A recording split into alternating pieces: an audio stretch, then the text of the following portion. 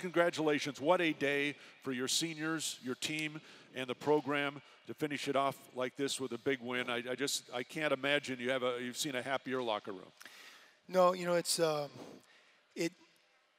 afternoons like this, they stay with you for a long time because you have everything between the beautiful weather that's outside, the amazing crowd that's here to watch us play, and obviously our team plays well. And, to win a Pac-12 regular season championship is not an easy thing to do. And I think in our case, to go back-to-back years, as evidenced by the history that we have, that's even more difficult. And we feel really good about it. I think most importantly, we're playing good basketball right now.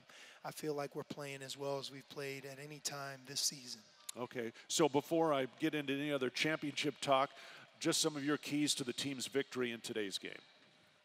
Well, playing most of the first half without TJ, it put Parker in a very, very tough position.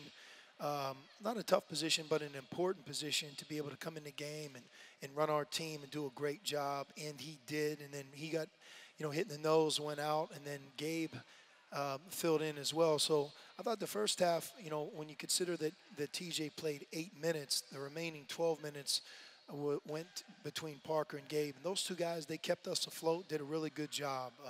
Offensively, we're scoring a lot easier than maybe we once did. And the key is to do both, to keep our tough defense and continue to be able to score easier on offense. Okay, why is the team scoring easier right now? We're just more sure of ourselves. We have better team chemistry. Everybody knows what to do, how to do it a little bit easier.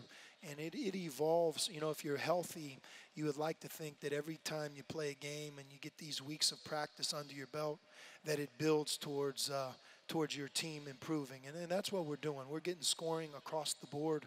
I think Brandon and Caleb together, they've never been more productive than they are right now as well. This has been a very balanced team all season long, and in particular lately it seems the bench play has continued to get better and better. 41 bench points tonight. And if you could just address the value of having really 9 players that can come in and contribute. Rhino and I were just talking about the fact that if I'm an opposing coach, I can't zero in on one Arizona player because so many of them have the ability to score, defend, and just make your team better. Well, we are growing and we're getting better. Like you said, whether it's Brandon and Caleb producing around the basket, they're getting fouled, they're scoring. I think for Caleb, this might be 4 or 5 double-figure games in a row, which is great. Brandon is really aggressive the way he's playing, whether it be his rebounding, his defense, being able to catch the ball in the post and get fouled. He's really, again, playing his very best. He's settled in, and so I think it starts there, and then when you go through the rest of the team, you're right, whether it's Gabe York coming off the bench and Elliott, Parker, Duson, we're a team that can hit you on a number of different fronts, and that's what you want to be, Brian, because between foul trouble and injuries, different styles, you need on a different nights, different players to play well, and that's what we have right now.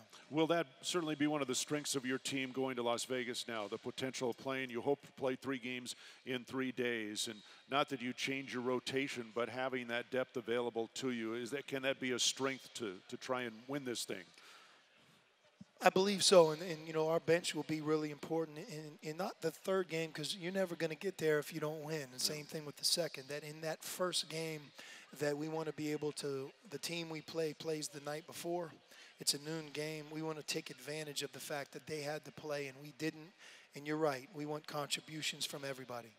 All right, I'll just close it with this, and I know how much you love these fans here, and you addressed it once, but back-to-back unbeaten seasons, 38 straight here at home now. There is not a better atmosphere anywhere in college basketball, and today was a perfect example. You kind of want to bottle this up, I guess, and take it with you to Las Vegas and beyond, but the electricity in this building was unmatched today.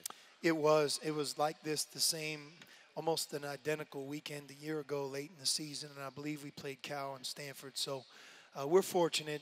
Like I had mentioned when I took the PA, we all know, players, coaching staff, that it's not like this everywhere. And I think we cherish the jobs that we have. And really, I think we look at it as an honor and a privilege to be the coach and the player and the staff here at Arizona, because you have really no excuses. You have everything that you need to be successful, and it starts with our fans, and it leads into all the support that we've gotten from internally. And, you know, Brian, the last part that I would like to do is just thank my coaching staff.